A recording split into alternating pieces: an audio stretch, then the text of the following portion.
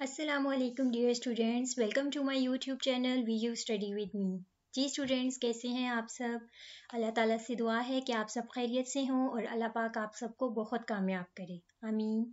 चलते हैं स्टूडेंट अपनी वीडियो की तरफ। और ये आपके सबसे पहले कुछ MCQs हैं पास्ट क्विज़ेस से। ये आपके मॉड्यूल नंबर 53 to 55 जो मैंने आपको वीडियो अपलोड की थी उसमें पास्ट क्विज़ेस मैंने आपको प्रोवाइड नहीं किए थे। एक्चुअली उस वक्त मैंने आपके जस्ट ग्रैंड क्विज़ेस देखे थे, तो ग्रैंड क्विज़ में आपके इन मॉड्यूल से रिलेटेड कोई भी MCQs नहीं था।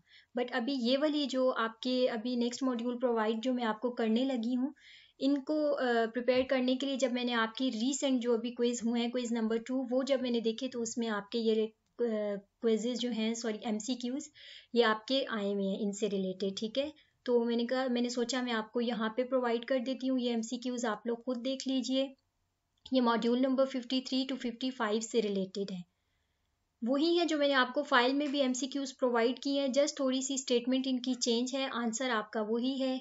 स्टेटमेंट जस्ट उन्होंने थोड़ी सी कॉन्सेप्शुअल सी बना के आपको दे दी है। ठीक है, तो ये 4 MCQs आपके पास्ट क्विजेस में से थे, ये आप लोग खुद देख लीजिएगा ताकि वीडियो ज़्यादा लेंथी ना हो। हम चलते हैं अपनी आज की वीडियो की तरफ।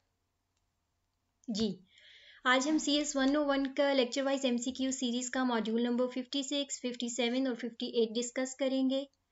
First MCQ है the condition in which two or more processes are blocked from progressing because each is waiting for a resource that is allocated to another। ये आपको पास्ट में आया हुआ है और ये डेडलॉक की आपकी डेफिनेशन है। ठीक है, यानी डेडलॉक क्या होता है उसकी डेफिनेशन है। और जैसा कि मैं अपनी हर वीडियो में कहती हूँ कि शॉर्ट लेक्चर्स आप लोग लाजमी लीजिए, हैंडआउट्स को एक बार अच्छे से खुद भी रीड कर लिया करें ताकि आपके कॉन्सेप्ट अच्छे से क्लियर हो जाएं। और ये वीडियोस भी आपको बहुत ज़्यादा हेल्प तभी करेंगी जब आपको कॉन्सेप्ट अच्छे से क्लियर होंगे। Techniques that attack the first two condition are known as deadlock avoidance. ठीक है, यानी डेडलॉक अवॉइडेंस क्या है? जो टेक्निक्स जो हैं वो फर्स्ट टू कंडीशंस पे जब अटैक करती हैं तो वो आपकी डेडलॉक अवॉइडेंस होती है। नेक्स्ट चलते हैं फॉर्किंग यूजेस इन यूनिक्स वर्निकुलर। ये आपने याद रखना है कि फॉर्किंग आपका किस में यूज होता है। ठीक है, the technique of holding data for output at a later but more convenient time is called spooling. ये अब आपकी पुलिंग की डेफिनेशन हो गई। ये आपका सॉरी यहाँ पे यस है। ठीक है, ये मैं आपको तमाम स्टेटमेंट यस में ही देती हूँ क्योंकि आपको यस यानी कि ट्रू स्टेटमेंट आपको पता हो तो रॉन्ग पेपर में आप खुद ही फिर उसको अच्छे से कंसिडर कर लेंगे। उसके बाद 5 MCQ है technique that attack the third condition fall into the category is known as deadlock detection. ठीक है, अब आपने याद रखना है कि डेडलॉक डिटेक्शन कौन सी होती है और डेडलॉक अवॉइडेंस कौन सी होती है। अगर फर्स्ट टू कंडीशंस पे अटैक होगा टेक्निक्स का तो वो डेडलॉक अवॉइडेंस होगी, और थर्ड कंडीशन पर जब अटैक होगा तो वो आपकी डेडलॉक डिटेक्शन होगी। जी, ये आपके यहाँ से 5 ही MCQs बने हैं। नेक्स्ट चलते हैं module number 57 security attacks from outside. ठीक है, ये आपकी लॉगिन प्रोसीजर है। ये आपकी पास्ट में भी आई हुई है, डेफिनेशन आपको दी हुई है और पूछा गया कि ये लॉगिन प्रोसीजर है या लॉग आउट प्रोसीजर है। ठीक है, तो आपने इसको अच्छे से समझ लेना।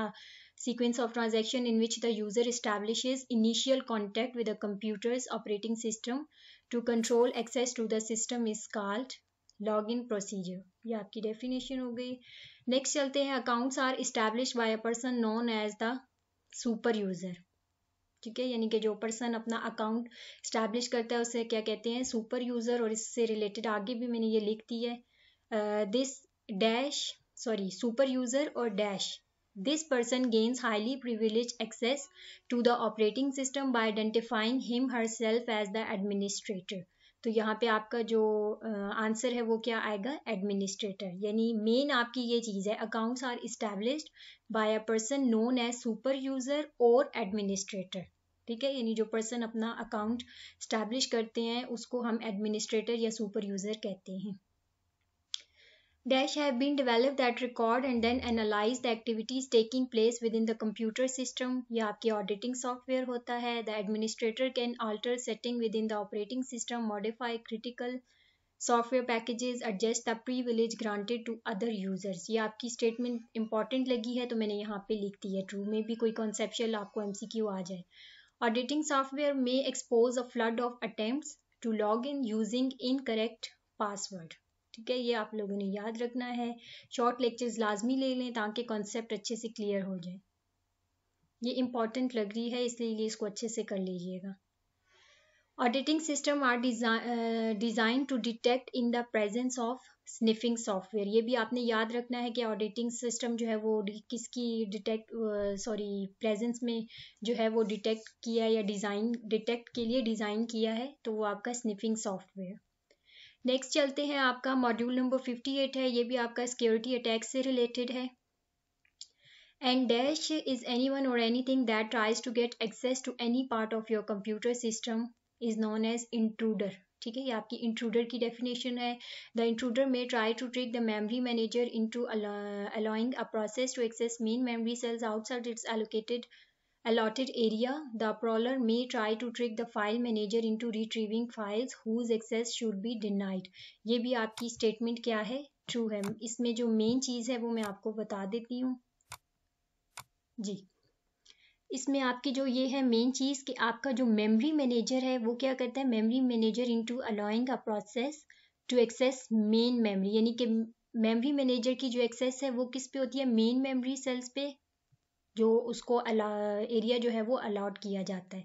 और जो प्रॉलर है may try to trick the file manager into retrieving, और ये क्या करता है कि फाइल मैनेजर को रिट्रीविंग यानी तर्जुमा करता है ना फाइल्स का, तो इसकी एक्सेस किस पे होती है, फाइल मैनेजर पे। ठीक है, ये आप इसको स्टेटमेंट को वीडियो पास करके अच्छे से पढ़ के समझ लीजिएगा।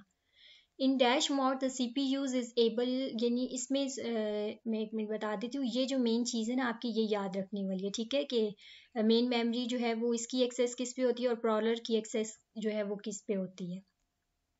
In dash mode, the CPUs is able to execute all the instruction in its machine language। तो ये आपका क्या है, प्रीविलेज, इन प्रीविलेज मोड। ठीक है, प्रीविलेज मोड में जो है वो CPU एग्जीक्यूट करने के काबिल होता है इंस्ट्रक्शंस को।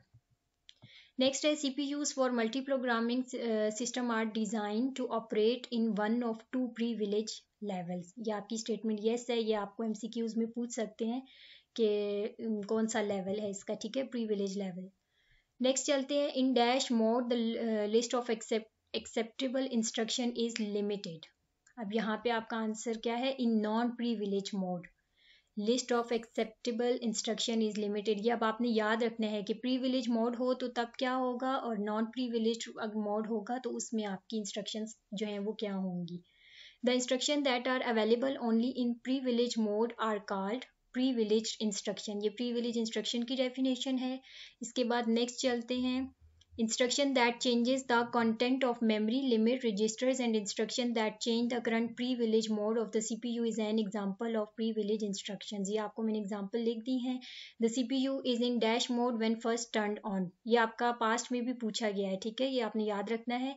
प्रीविलेज मोड में होता है कि जब पहले हम उसको टर्न ऑन करते हैं। ठीक है, यानी कंप्यूटर ऑन करते हैं तो प्रीविलेज मोड में इसके उससे पूछा गया स्टेटमेंट से। When the OS starts at the end of the boot process all instructions are executable। ठीक है, इसके बाद नेक्स्ट है आपका dash instruction and control of privilege level is the major to available to operating system for maintaining security privilege instructions. अब video पास करके आपने बहुत अच्छे से समझ के साथ साथ इनको और वीडियो को एक बार फुल सुनना भी है। वही है कि कुछ MCQ आपके ऐसे होते हैं या हिडन होते हैं जो मैं आपको वीडियो के साथ साथ बताती हूँ। ठीक है, तो वो आप लोग समझ लें।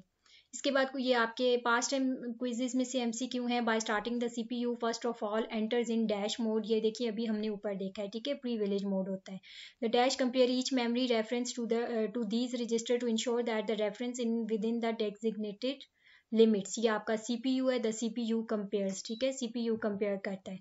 उसके बाद थर्ड है, CPU design for multi programming system typically contain dash in which the operating system can store the upper and lower limits. ये इसका आंसर क्या है, स्पेशल पर्पज रजिस्टर।